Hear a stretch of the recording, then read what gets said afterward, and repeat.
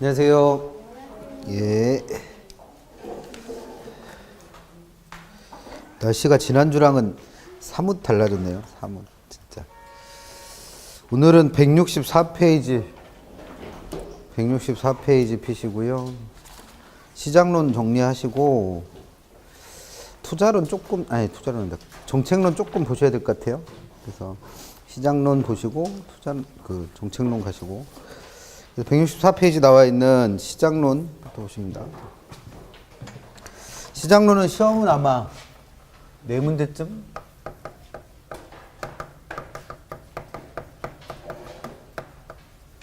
네 문제 정도 나올 테고요. 그 중에 하나가 계산 문제는 매년 내는 게 있어요. 그래서 그 계산 문제 하나는 뭐 시간 없으면 틀리실 수도 있으니까 3문제 정도 맞는 걸 목표로 공부하시면 될 것 같고요. 시장론은 크게 2개 파트로 나눠지죠. 제1절 부동산 시장이라고 하는 부분하고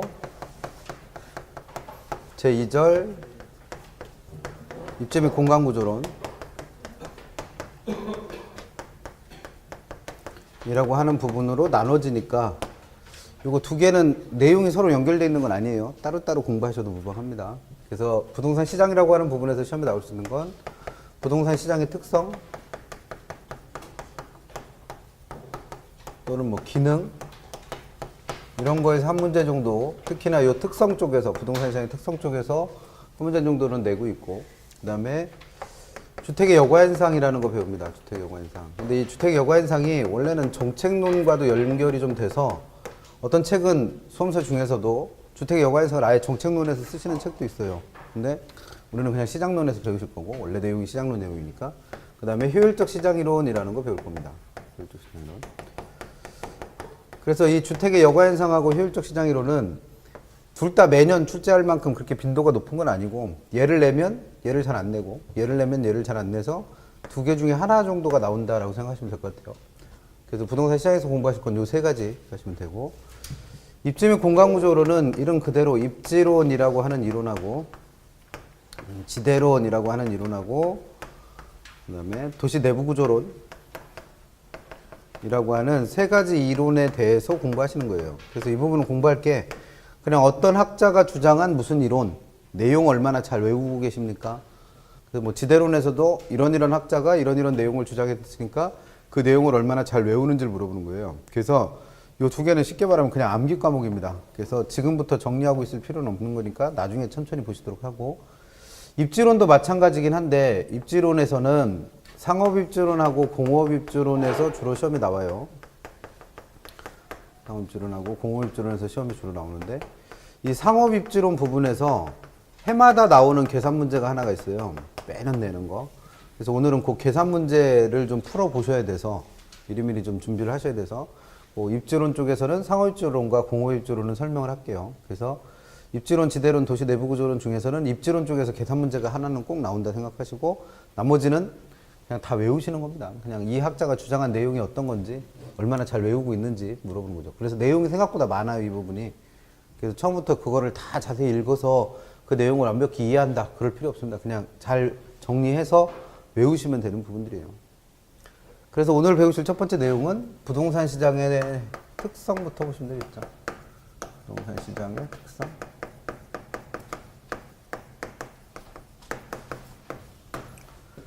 그래서 책에 보시면 일단 164페이지에 시장의 기능, 시장의 개념, 형태, 뭐 이런 말 나오는데, 164페이지 양가로 1번, 부동산 시장의 개념입니다. 그래서 1번에는 시장이 뭐 하는지는 다 아는 거잖아요. 그래서 시장이란 수요와 공급이 계속적으로 나타나서 상품의 가격이 정해지고 양이 정해지는 장소라고 정의하기도 하고, 그렇게 가격이 정해지고 양이 정해지는 과정이라고 정의하기도 합니다. 그래서 시장이라는 거의 개념은 가격과 양이 정해지는 장소로 정의하기도 하고, 그게 나타나는 과정으로 정의하기도 한다는 거예요. 그래서 동그라미 2번 보시면 이러한 시장의 개념은 2가지로 구분된다는 거죠. 구체적 시장이라는 거와 추상적 시장. 그래서 시장을 장소로 정의했을 때 그걸 구체적 시장이라고 부르는 거고, 그게 만들어지는 과정으로 정의했을 때를 추상적 시장이라고 불러요. 그래서 시장은 이와 같이 2가지 개념을 다 갖고 있는데, 동그라미 3번에서 보시면 우리가 배우는 건 물건이 거래되는 장소에 대해서 배우시는 건 아니라는 거예요. 그래서 우리가 주로 이론적으로 접근하는 건 추상적 시장에 대해서 배우는 거다라고 해서 개념 구별을 일단 하시면 됩니다. 그 다음 그 옆에 164페이지 양가로 4번에 보시면 시장의 형태에서 시장에는 동그라미 1번 완전경쟁시장이라는 것도 있고 한 페이지 넘겨서 동그라미 2번 불안전경쟁시장이라는 것도 있다는 거죠. 그럼 시험에서는 완전경쟁시장과 불안전경쟁시장이 뭡니까? 이렇게 물어보진 않는다는 거예요. 근데 공부하시다가 또는 문제를 풀다 보면 완전경쟁시장이라는 말이나 불안전경쟁시장이라는 말이 계속 책에서 등장을 해요. 문제에도 계속 나오고. 그러니까 얘가 뭔지 정도는 알고 계셔야 된다는 거죠. 그래서 완전경쟁시장에서는 그 개념을 이야기해서 4가지 요건 정도는 알고 있을 필요가 있습니다. 완전경쟁시장이 되기 위한 4가지 요건. 그래서 첫 번째, 완전경쟁시장이 되려면 수요자와 공급자의 수가 다수가 존재해야 돼요. 그럼 이 다수의 수요자와 공급자가 존재한다는 건 맨 밑에 줄에 있는 것처럼 수요자도 공급자도 가격을 함부로 정할 수 없어야 됩니다. 그게 이제 첫 번째 요건이 되는 거고, 그 다음에 한 페이지 넘겨서 두 번째 완전경쟁 시장이 되려면 그 시장에서 거래되는 물건이 완전히 똑같은 재화여야 돼요. 동질적인 재화를 사고 파는 게 두 번째. 세 번째, 이 시장이 완전경쟁 시장이 되려면 시장의 진입이 자유로워야 됩니다. 그래서 자유로운 시장 진입과 태거가 보장돼야 되고, 그 다음 네 번째, 완전한 정보를 갖고 있어야 돼요. 그 중에서 특히 가격에 대한 정보를 완전히 갖고 있을 때 요걸 완전경쟁 시장이라 부르는데, 중요한 건 이 완전경쟁 시장을 설명하고 있는 이유 중에 가장 중요한 건 현실 세계에는 이런 시장은 존재하지 않는다는 거예요. 현실 세계에는 이런 시장이 없습니다. 그래서 우리가 배워야 되는 모든 시장, 즉 우리가 접근하는 모든 시장은 다 불안전경쟁 시장이다라는 거 이해하시면 되죠. 그래서 완전경쟁 시장이라는 건 지난 시간까지 배웠던 수요 공급 이론이 적용되는 가장 이상적인 시장에 불과한 거예요. 그래서 현실에는 이런 시장이 없고 현실에 있는 시장은 다 뭐다? 불안전경쟁 시장이다라고 아시면 됩니다. 그래서 이 한 얘기를 우리 책에서는 또 166페이지 부동산 시장에다 적용을 해서 한 번 더 얘기하고 있어요. 똑같은 얘기를. 그래서 167페이지 양가로 2번에 부동산 시장의 유형이라고 해서는 부동산 시장도 당연히 무슨 시장이다? 불안전경쟁 시장이다 라는 걸 설명하고 있는 거고, 한 페이지 넘기셔서 동그라미 2번에 있는 공간시장 및 자산시장이라는 말하고 그 옆에 169페이지 동그라미 3번에 있는 추상적 시장 및 구체적 시장이다라는 말을 그냥 같이 묶어 놓으세요. 같은 얘기니까. 그래서 부동산 시장도 물건이 거래되는 공간으로 정의될 수 있다는 거예요. 그럼 이렇게 공간으로 정의를 하면 부동산의 개념을 뭐로 본 거? 구체적 시장으로 봤다는 거고, 그 다음에 부동산이라는 걸 자산으로 이해를 해서 그 자산이 거래되는 시장으로 이해했다면 그 장소가 중요한 게 아니라 거래되는 과정이 중요하다는 거예요. 그랬을 때는 부동산 시장을 뭐로 본 거다? 추상적 시장으로 보고 있다는 거예요. 그래서 부동산 시장도 구체적 시장이면서 동시에 추상적 시장이기도 하다라는 거죠. 그래서 앞에서 한 얘기 다시 한번 반복한 거에 불과한 거니까 거기 참고만 하시면 되겠고, 그래서 얘는 시험에 낼 만한 건 아니고 그냥 가장 기본적인 개념입니다. 그래서 시험에 나오는 건 그 밑에 169페이지 양가로 3번에 나와 있는 부동산 시장의 특성이 나온다는 거죠. 부동산 시장의 특성. 근데 이 부동산 시장의 특성 그 자체는 별로 어려울 게 없어요. 그래서 책에 1번부터 12번까지 12가지 정리해놨는데 읽어보시면 다 이해가 된다는 거죠. 근데 이것만 시험 문제 물어보면 다행인데, 시험 문제 물을 때는 부동산 시장이 이러한 특성을 갖게 된 이유가 우리가 총론에서 배웠던 부동산의 특성 때문에 이런 일이 생겨난다는 거예요. 그러니까 시험 문제 물을 때는 이 두 개를 어떻게 해서 결합해서 물을 수 있어요. 그럼 예를 들면 맨 앞에 있는 것부터 설명을 해보면, 부동산 시장의 특성 중에 하나는 시장이 전국적으로 형성되는 시장이 없다는 거예요. 그러면 부동산 시장은 항상 지역적으로만 형성되는 특성을 갖습니다. 이걸 시장의 국지성이라 불러요. 그럼 이게 이해하기도 어려운 내용은 아닌데, 이렇게 시장이 국지적으로 형성되는 이유를 물으면 그건 부동산의 특성 중에 누구 때문에 찾으면 된다? 움직일 수 없다라는 부동성 때문이다 라고 찾으시면 돼요. 그래서 우리 부동성의 파생 특성 배우실 때 부동산 시장이나 부동산 현상이나 부동산 활동이 국지화되는 건 누구의 파생 특성이었다? 부동성의 파생 특성으로 배웠단 말이에요. 그래서 이 두 개가 결합될 수 있습니다. 시험 문제에서. 그 다음에 나머지 것도 마저 보시면 170페이지 가시면 두 번째 부동산 시장의 특성 중에는 부동산 시장에서는 거래가 된 정보를 공개한다 안 한다? 안 한다는 얘기예요. 그래서 거래 정보가 공개되지 않는 특성을 갖는데, 그 이유는 특히나 이 거래 정보 중에는 가격에 대한 정보를 잘 공개를 안 하는데 옆에 똑같은 아파트가 있다 하더라도 그 아파트와 내 아파트는 가격이 서로 다르단 말이에요. 왜? 똑같은 물건이 아니니까. 그럼 내 거를 얼마에 팔았는지 굳이 공개할 필요가 없다는 거죠. 그래서 거래 정보가 공개되지 않는 것도 무슨 특성과 관련이 있다? 똑같은 게 없다라는 개별성과 관련이 있을 수 있다는 거예요. 그 다음 세 번째, 부동산은 똑같은 물건이 없다라는 개별성 때문에 시장에서 거래되는 상품 자체가 표준화시킬 수가 없어요. 그래서 상품이 표준화되지 못한다라는 것도 특징일 수 있습니다. 근데 이것도 상품 자체가 똑같지 않기 때문이죠. 개별성 때문에. 그 다음에 부동산 시장은 전국적으로 조직화된 시장을 갖고 있지 못하다는 겁니다. 그래서 그걸 시장의 비조직성이라 부르고, 이렇게 시장이 조직화되지 못한 이유는 마찬가지로 파는 물건이 똑같질 않아요. 그러니까 조직화시킬 수 없는 거죠. 그래서 개별성과 관련되고, 그 다음에 전국적인 시장이 형성되면 그래도 나름대로 조직화된 시장을 만들 텐데 시장 자체가 국제적으로 형성되는 특성도 갖고 있죠. 그래서 부동산의 특성 중에서는 부동성과도 관련이 됩니다. 그 다음 다섯 번째, 부동산 시장의 특성 중에는 수요와 공급을 조절해 주기가 쉽지 않아요. 그래서 수급 조절의 곤란성이라는 특성도 있습니다.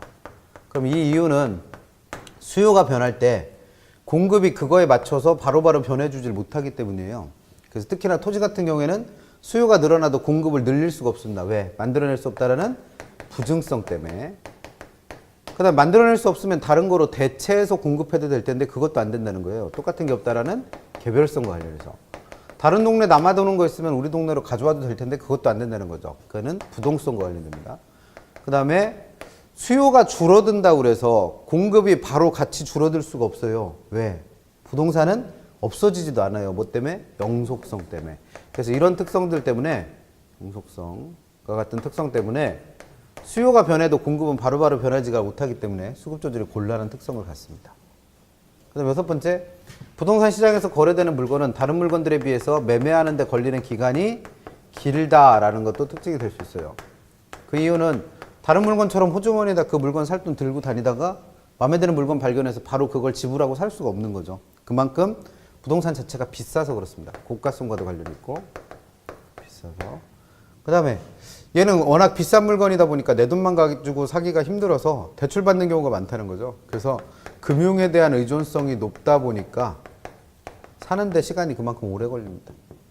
그 다음에 일곱 번째, 다른 물건 산다고 정부에서 이러쿵저러쿵 간섭 안 하는데 부동산에 대해서는 유난히 정부의 규제가 많은 편이에요. 정부 규제가 많다라는 것도 특징이 되죠. 이거는 부동산 자체가 갖고 있는 뭐 때문에 공공성이나 사회성과 관련이 있는 거고.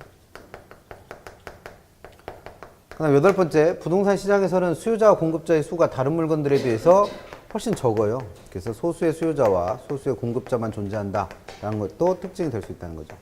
그럼 이 이유는 수요자가 공급자의 수가 많지 않은 건 비싼 물건이니까 당연히 거래되는 양도 적은 거죠. 그리고 또 이 시장 자체가 전국적으로 파악해서 수요량자와 공급자의 수를 센다면 그 수가 많을 텐데 시장 자체가 국제적으로 형성되는 부동성과도 관련이 될 수 있습니다. 책에는 이거 말고도 네 가지 정도를 더 써놨는데 시험에 언급된 적은 없는 얘기들이니까 시간 나실 때 한번 읽어보시면 충분한 거고, 시험 문제 나올 때는 부동산 시장의 특성만 물어보면 쉬워요. 그래서 지금 언급한 8가지 특성 중에 하나를 꼽아서 다음 중 부동산 시장의 특성이 잘못된 것 그래놓고 부동산 시장도 전국적으로 조직화된 시장이다. X? X. 이렇게 물어보면 되게 쉬운 문제인데 만약에 시험 문제를 낼 때 그렇게 묻지 않고 이 두 개를 결합하는 거예요. 그래서 기출됐었던 질문, 부동산 시장에서는 거래 정보가 공개되지 않으니까 비합리적으로 가격이 형성될 수도 있고 그 이유는 비가역성과 관련이 된다. 이렇게 시험 문제 냈었습니다. 그러면 거래 정보가 공개되지 않는 것도 맞고 비합리적 가격이 형성되는 것도 맞는데 그 이유는 비가역성이라는 건 한 번 어떤 상태가 만들어지면 과거로 돌아갈 수 없음을 말해요. 근데 그렇게 되는 이유는 그게 비가역성 때문이 아니라 개별성과 관련이 있었죠. 개별성. 그래서 그런 것들 시험 문제 내니까 요거 자체는 그냥 이해하실 거, 요거는 연결해서 같이 정리하시는데 이게 결국 우리가 시장 총론에서 배웠던 뭐예요? 부동산의 특성들의 파생 특성이에요. 파생 특성. 그래서 나중에 뭐 개별성 같은 데 가보면 개별성의 파생 특성이 어떤 말이 나오겠어요? 거래 정보가 공개되지 않고 상품이 표준화되기도 어려우며 시장이 비조직화되고 있다라는 건 다 누구의 파생 특성에서? 개별성의 파생 특성에서 다시 설명할 거예요. 그러니까 이거는 파생 특성에서 한 번 또 공부하는 거고 시장의 특성에서 또 한 번 공부하는 거니까 중첩되는 부분이라고 보시면 되겠죠. 시험 문제는 어떤 식으로, 그런 식으로 냅니다. 그래서 가능하시면 이해하려고 노력하시고 부동산의 특성만 잘 정리하시면 되겠어요. 그 다음에 우리 책 173페이지 가보시면 시장의 특성하고 같이 붙는 것 중에 하나가 양가로 4번에 있는 부동산 시장의 기능이라는 거예요. 시장의 기능.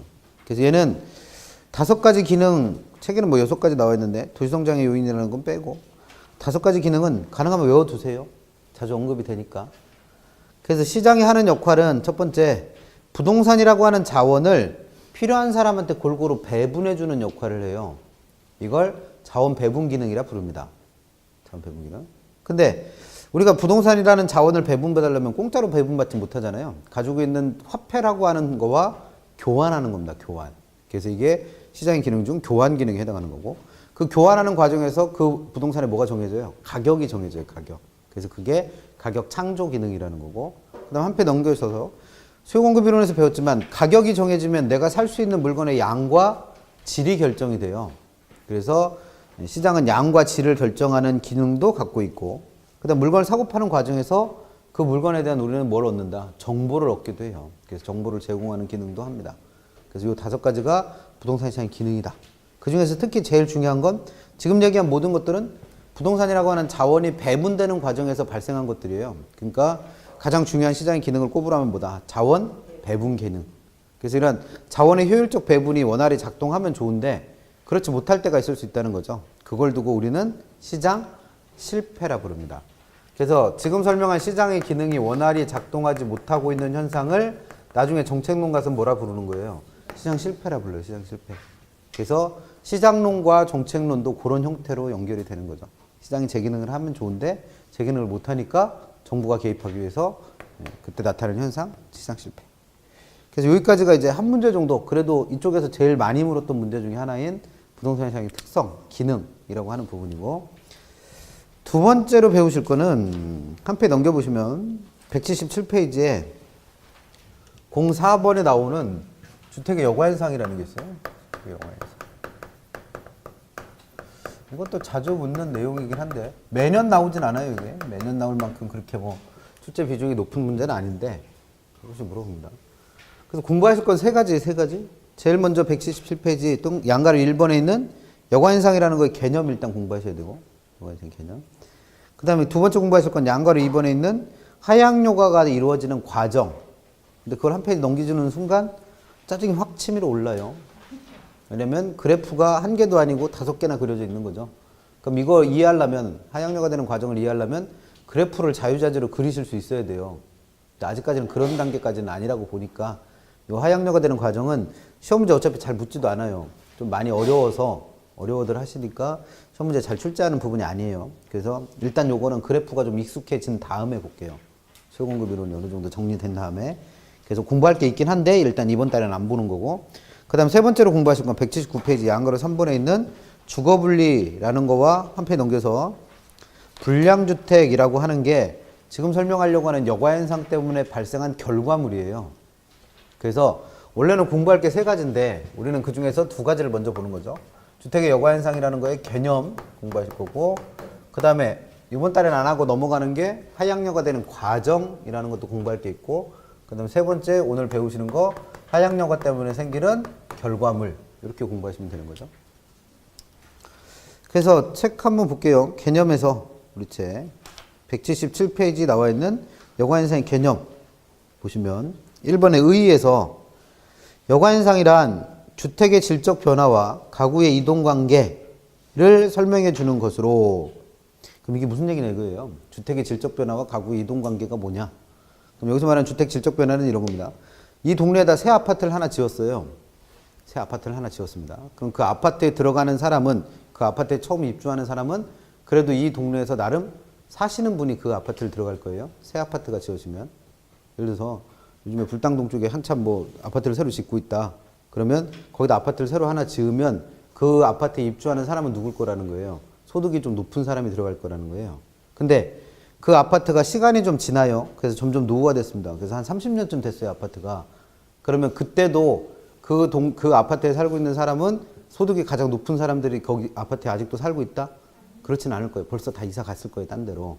그러면 이와 같이 주택이 시간의 흐름에 따라 노후화되는 걸 뭐라 부르는 거예요? 주택의 질적 변화. 그러면 그렇게 질적 변화를 겪으면서 그 집에 살던 사람이 어떻게 된 거예요? 바뀌었죠. 소득 수준이 전에 살던 사람보다는 낮은 사람들이 들어와서 살게 됐단 말이에요. 그걸 두고 가구의 이동관계라 부릅니다. 그래서 이런 두 가지 현상이 결합되면서 소득계층에 따라 주택이 상하로 이동되게 되는 현상을 두고 주택의 여과현상이라 부른대요. 무슨 얘기인지 책 읽어갖고는 잘 이해가 안 돼요. 그래서 설명이 필요한 거죠. 주택의 여과현상을 설명하려면 주택을 일단 둘로 분류해야 돼요. 고소득층이 사는 주택인 고가주택이라는 거와 또 하나는 저가주택이라는 거로 나눈다는 거죠.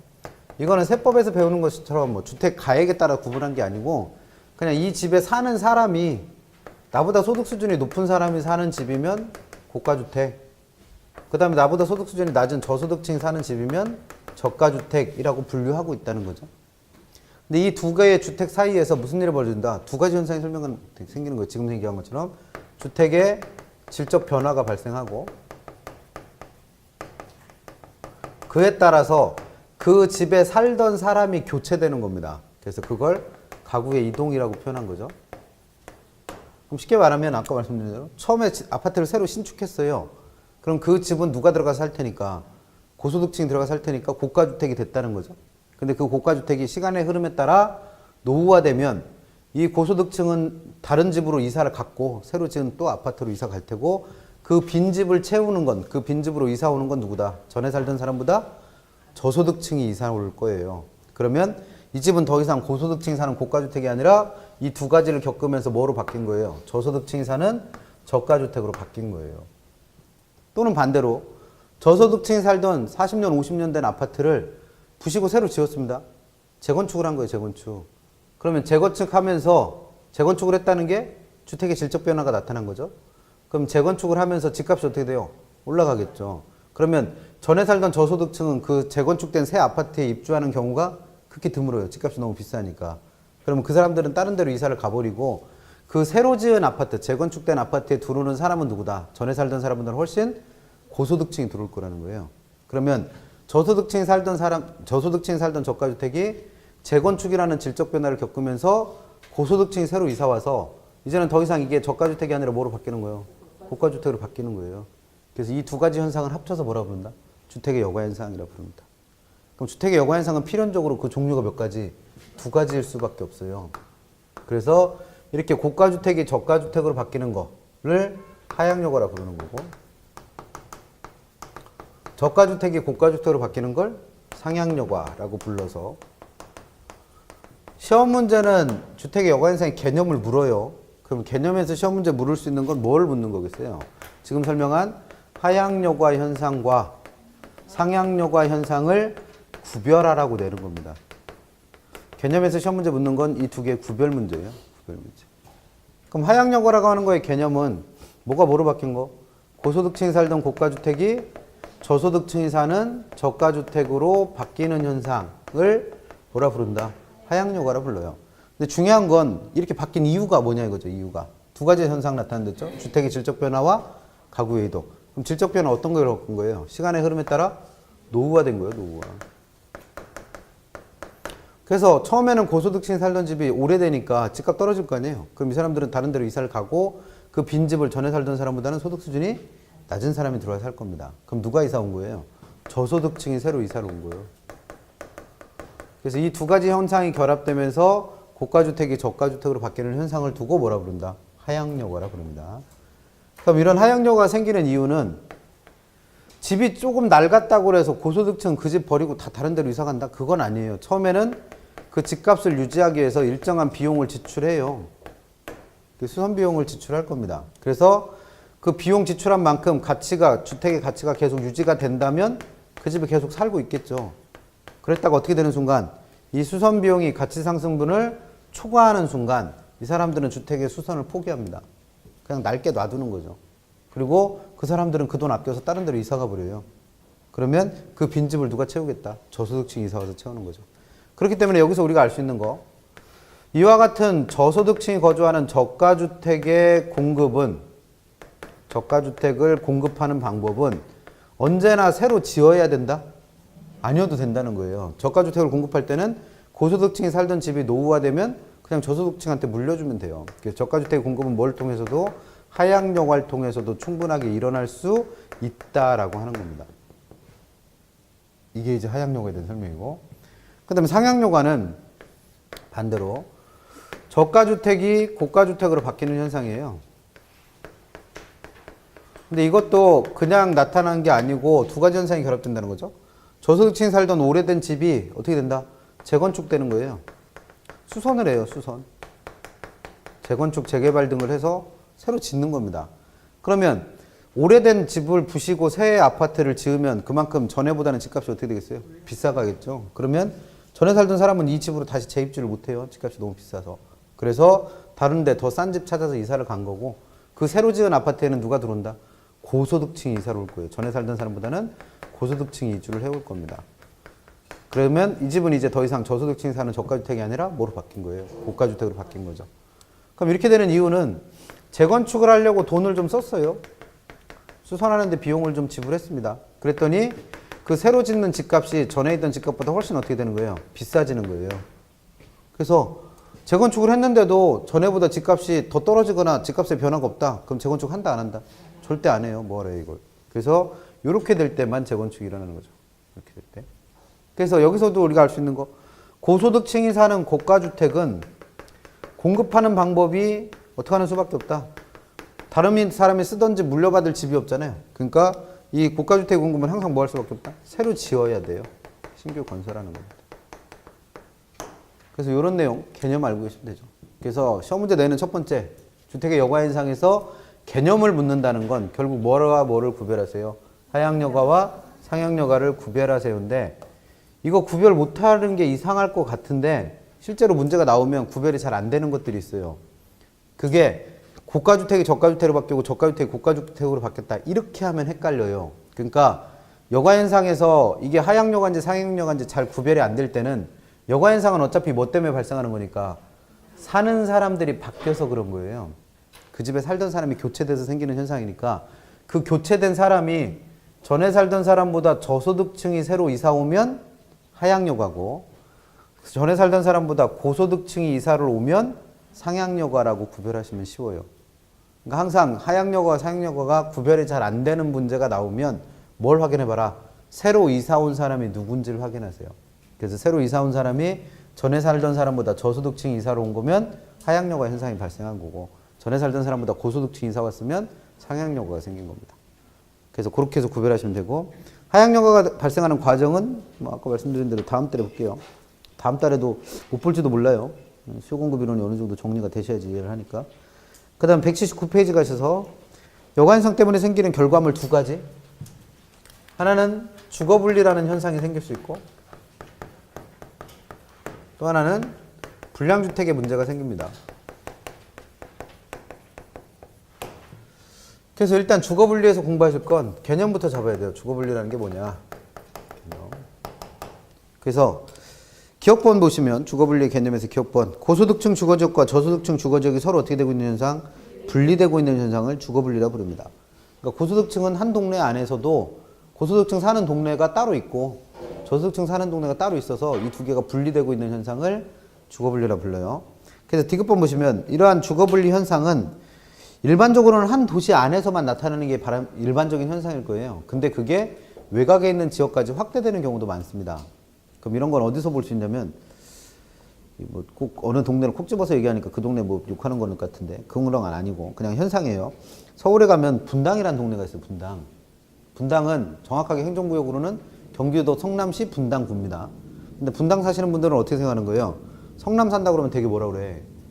자기들은 그냥 어디에 살고 싶은 거예요? 서울시 분당구이고 싶은 거예요. 왜냐면 분당이라는 지역의 특성 자체가 강남에 살던 사람들을 외곽으로 유도하기 위해서 만들어진 신도시니까, 그 분당은 강남의 일부인 것처럼 돼 있어요, 지금. 교통편도 그렇고, 뭐, 지역적으로는 좀 거리가 떨어져 있지만. 그러면 그 분당이라고 하는 곳도 성남시와는 어떻게 하고 싶은 거예요? 분리하고 싶은 거예요, 자꾸. 그 주민들 자체가. 행정구역 자체는 성남시 분당구지만 생활권은 어디에 있으니까? 서울시 강남구에 있으니까 강남구 쪽에 자꾸 붙고 싶은 거예요. 그래서 어디로부터 분리하고 싶다? 성남으로부터 분리하고 싶은 심적 감정을 갖고 있는 거예요. 그래서 그분들한테 성남 사시죠? 라고 그러면 꼭 뭐라고 그러냐면 아니요, 분당 살아요. 이렇게 말을 해요. 그래서 원래는 성남에 있지만 그로부터 어떻게 하고 싶은 거예요? 분리하고 싶은 거예요. 그런 현상이 일종의 뭐로 볼 수 있다? 주거분리 현상으로 볼 수 있어요. 성남 사는 분 없죠? 아니, 분당 사시는 분 없죠? 그렇다고 뭐라고 하지 말고. 실제로 그분들이 그러니까 뭐 어떡하겠어. 자, 그런 걸 주거분리로 이해하시면 됩니다.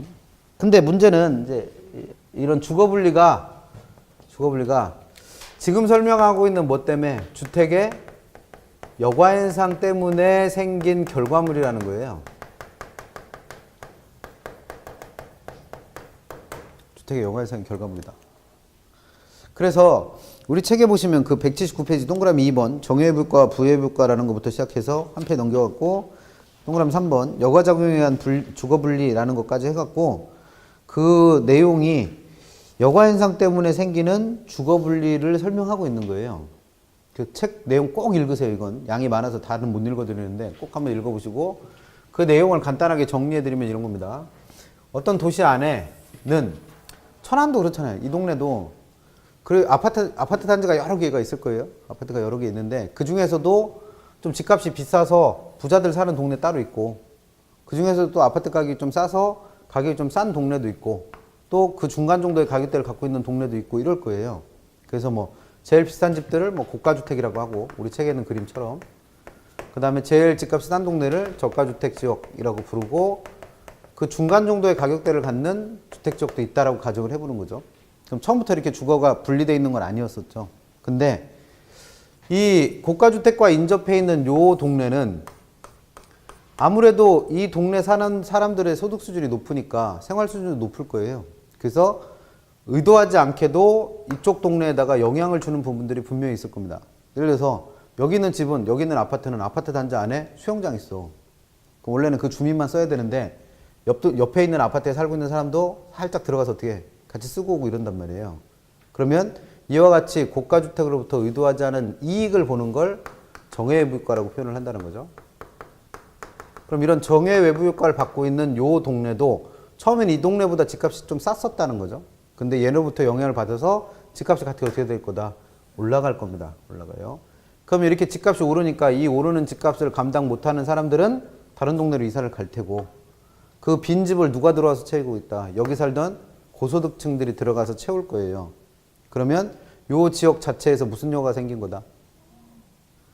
구별 잘 못하실 때는 누굴 찾아라? 누가 이사 갔든가.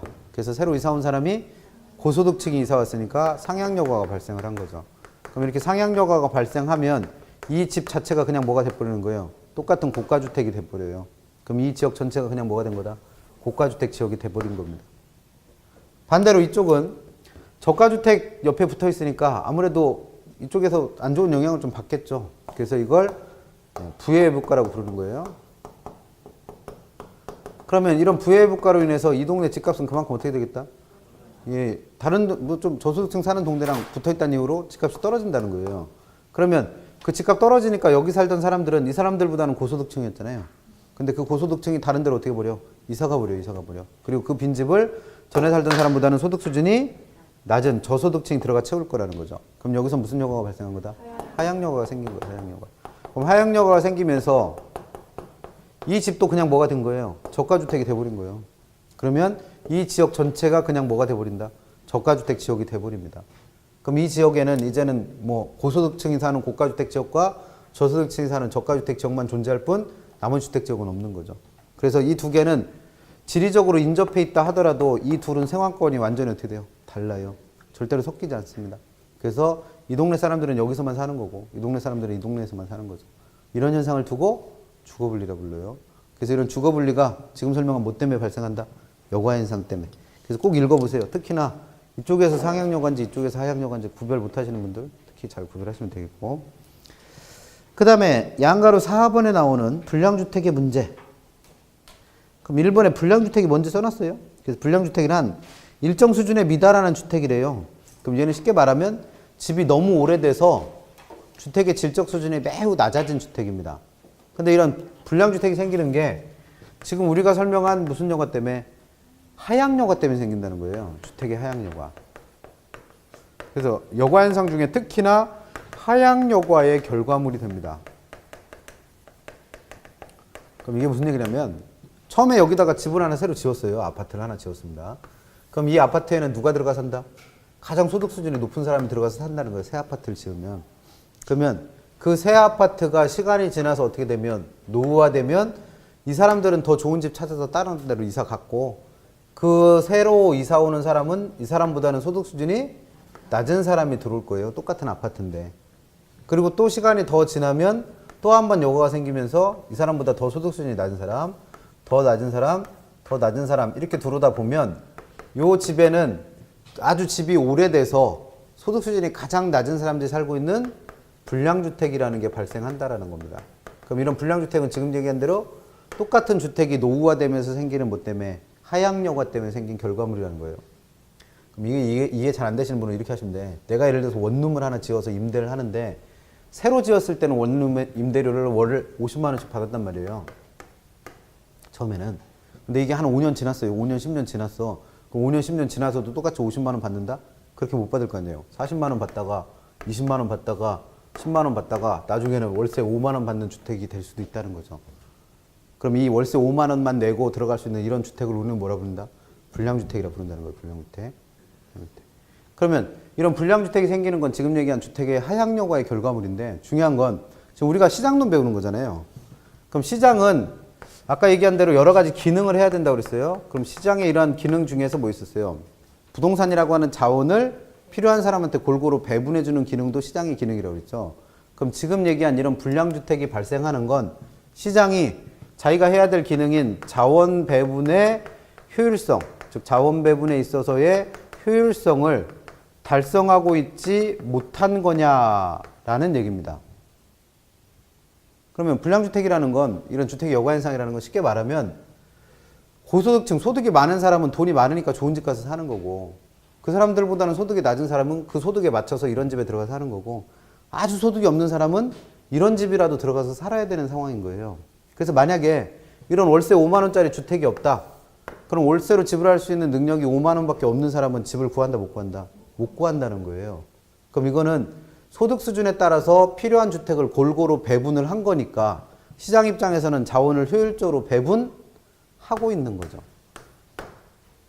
자원을 효율적으로 배분하고 있는 거예요.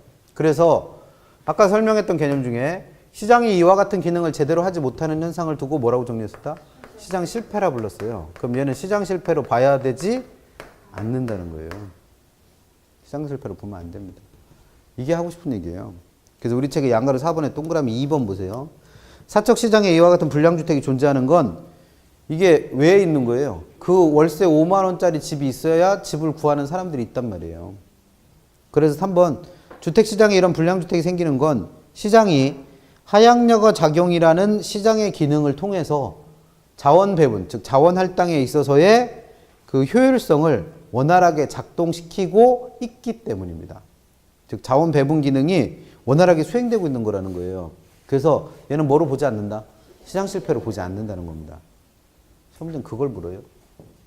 그래서 일단은 주택의 여과현상에서는 일단은 두 가지 기억하세요. 개념하고 결과물. 설명할 거 하나 더 있다는 거죠. 하향여가 되는 과정. 근데 그건 그래프 설명해야 돼서 그래프가 자유자재가 될 때쯤 설명할게요. 그래서 그렇게 정리하시면 되겠고. 그 다음에 하나 더 합니다. 주택의 여과현상까지 했으니까. 책의 181페이지 가시면 효율적 시장이론이라는 게 나와요. 효율적 시장이론. 효율적 시장이론. 그래서 효율적 시장이론도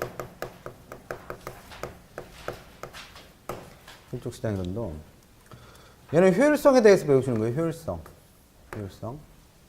그래서 두 가지 효율성을 배우시게 될 텐데 일단은 시장의 효율성이라는 걸 먼저 배웁니다. 시장의 효율성. 그래서 일단 하셔야 될 건 이 시장의 효율성이라는 게 뭐냐? 개념.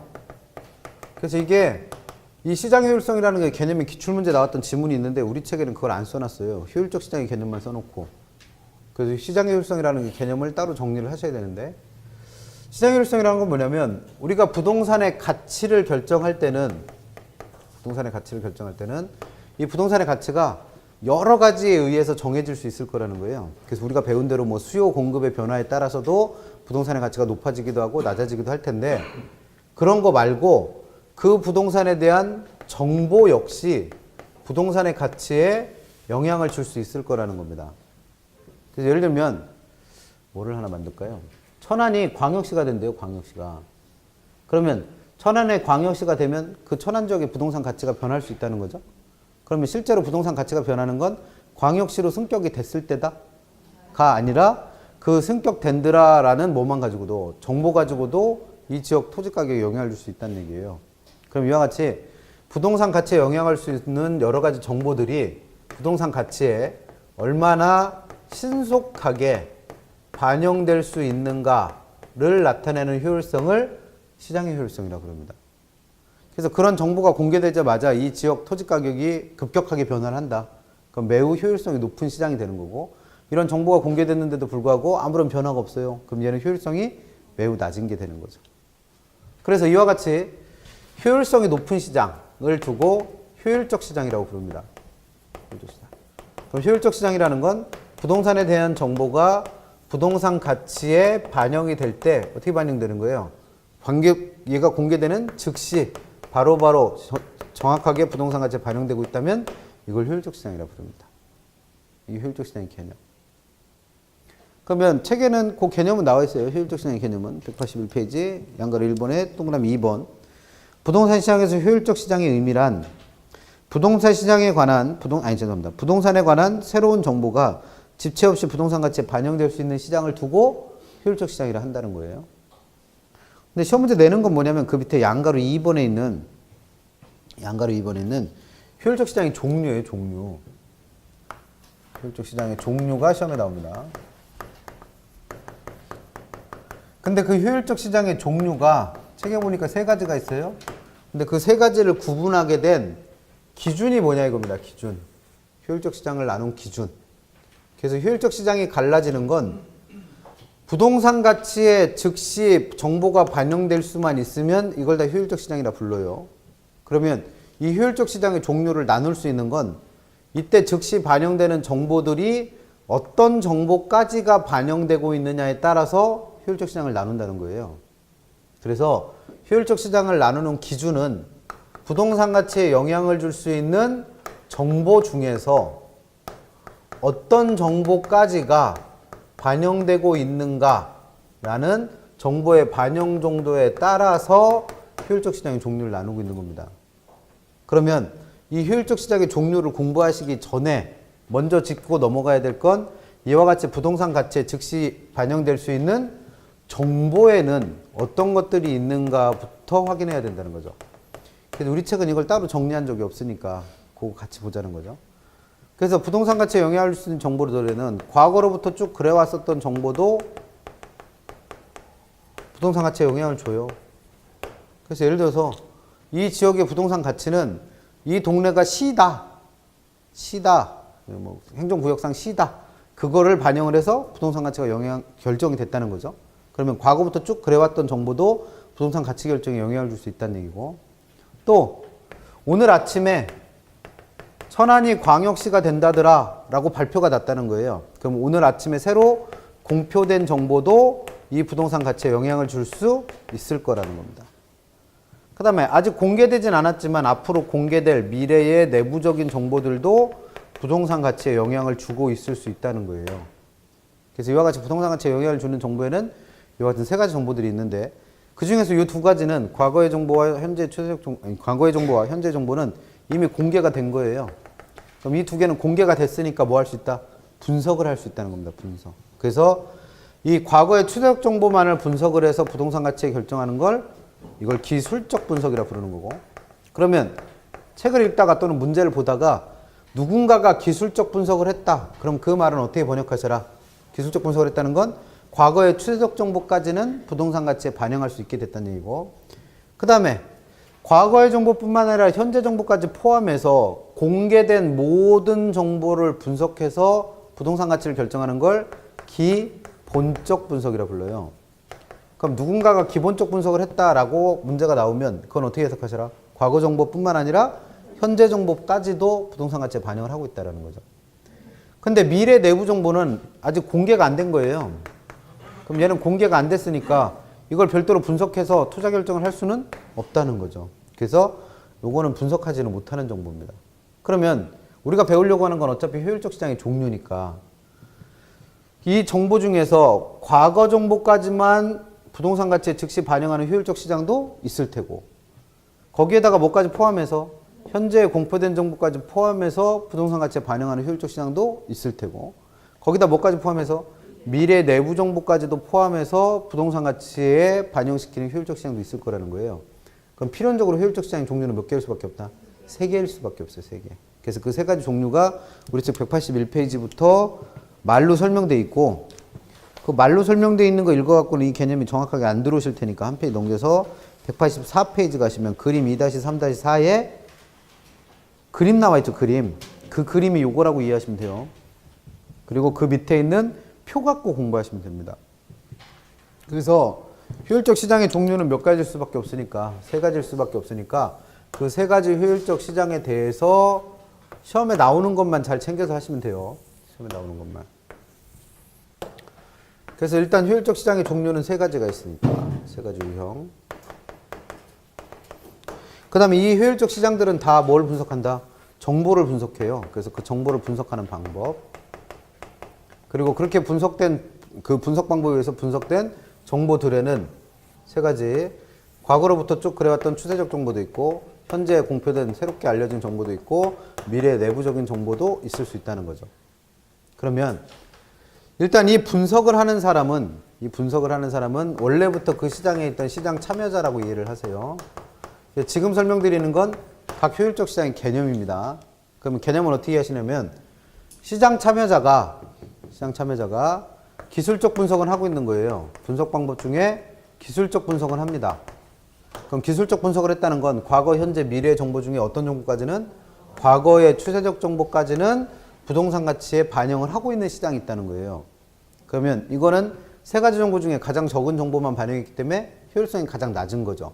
그래서 이걸 약성 효율적 시장이다 라고 이름 붙입니다. 그럼 지금 설명한 거 노란색으로 써드린 이건 다 뭐다? 약성 효율적 시장의 개념이에요. 개념. 근데 개념은 시험에 낸다 안 낸다? 안 내요. 다 맞춰 이건.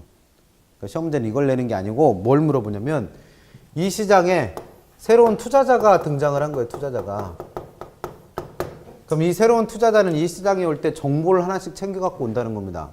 그럼 예를 들어서 이렇게 해봐요. 지금 얘기한 약성 효율적 시장이다 라는 건 이 시장에 있는 시장 참여자들, 기존에 있는 시장 참여자들은 뭐까지만 분석을 해서 과거의 정보까지만 분석을 해서 부동산 가치를 결정을 한다는 거예요. 그럼 예를 들어서 이 동네는 여전히 C다라는 정보만 반영해서 이 부동산의 가치를 1억이라고 결정을 하는 사람들입니다. 근데 이 시장에 누가 새로 등장을 한다? 새로운 투자자가 하나 등장을 하는 거예요.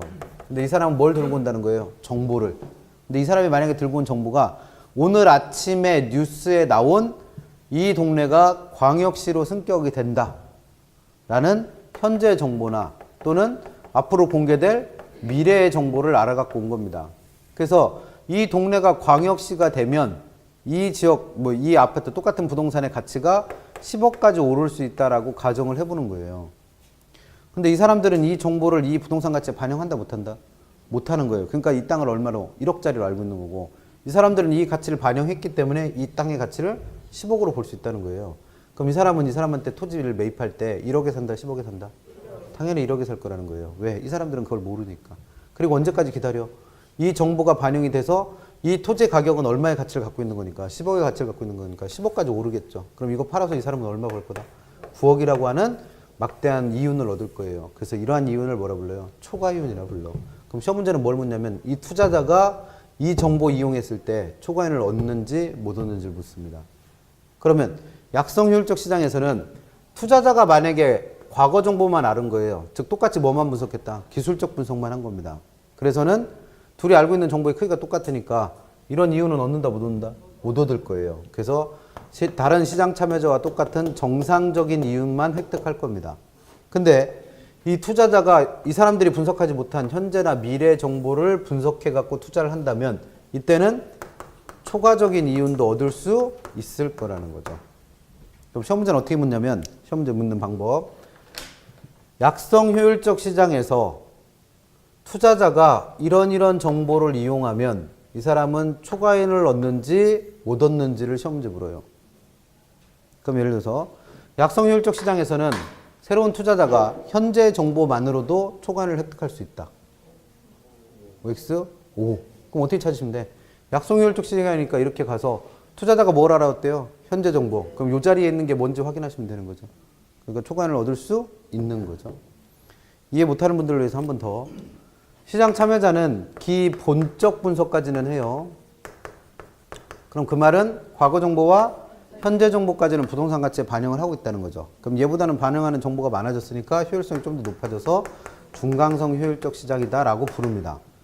그럼 이건 중강성 효율적 시장의 개념인 거고, 시험 문제 묻는 건 이 시장에서 이 새로운 투자자가 과거나 현재 정보를 이용해 갖고는 그 정보는 이미 부동산 가치에 반영이 돼 있으니까 정상적인 이윤만 획득할 수 있는 거고, 이 시장에서는 뭘 얻어야만, 미래 내부적인 정보를 얻어야만 뭐도 얻을 수 있는, 초과이익을 얻을 수도 있는 게 어디다?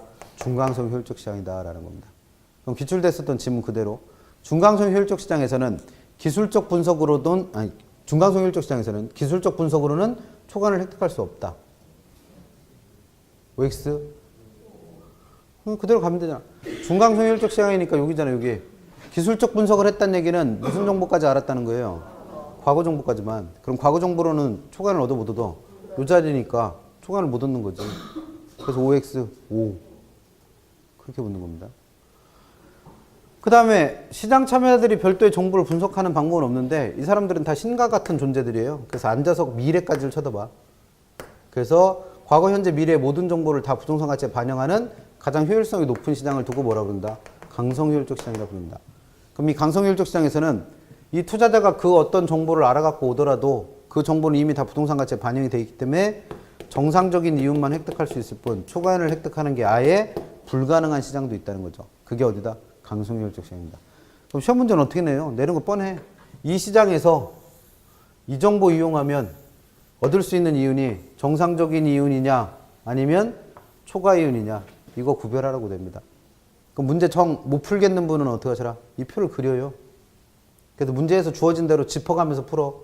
약성효율적 시장에서는 현재 정보로도 초과이익을 얻을 수 있다 이렇게 물어봤으면 요거랑 짚으면 요 자리일 거 아니에요, 요 자리. 그럼 요 자리 들어간 게 초과이익이면 얻을 수 있는 거고 아니면 못 얻는 거고. 아까 물어봤던 것처럼 중강성효율적 시장에서는 기술적 분석으로는, 그럼 기술적 분석이 과거 정보 분석했다라는 건 알아야 되고, 그러면 중강성효율적 시장에서 과거 정보니까 요 자리에 들어오는 거니까 여기서는 초과이익을 얻는다 못 얻는다? 못 얻는다. 그렇게 푸시는 겁니다. 그래서 우리 책에 나와 있는 표도 결국에는 뭘 설명하고 있는 거예요? 이 시장에서 이 정보로는 초과이익을 얻느냐 못 얻느냐 밖에는 정리해 놓은 게 없어요. 시험 문제는 그거밖에 안 묻습니다. 근데 이걸 뭐라고 생각하는 순간, 개념 묻고 있다라고 생각하는 순간 문제 안 풀리죠. 개념 아니에요. 개념 안 물어. 왜? 물어보면 다 맞으니까. 근데 이거 물어보면 틀리는 분이 절반이요. 그러니까 심심한, 뭐 재밌죠, 뭐 출제자 입장에서는. 그래서 그렇게 물어봅니다. 그래서 공부하실 것들을 정확하게 알고 하시면 돼요. 그래서 여기까지가 우리가 부동산 시장이라고 하는 부분 일단 필요한 거 정리하신 거죠. 여기까지 해주고 잠깐만 쉬었다가는 187페이지에 있는 입지 및 공간 구조론부터 다시 갈게요. 잠깐 쉬었다 합니다.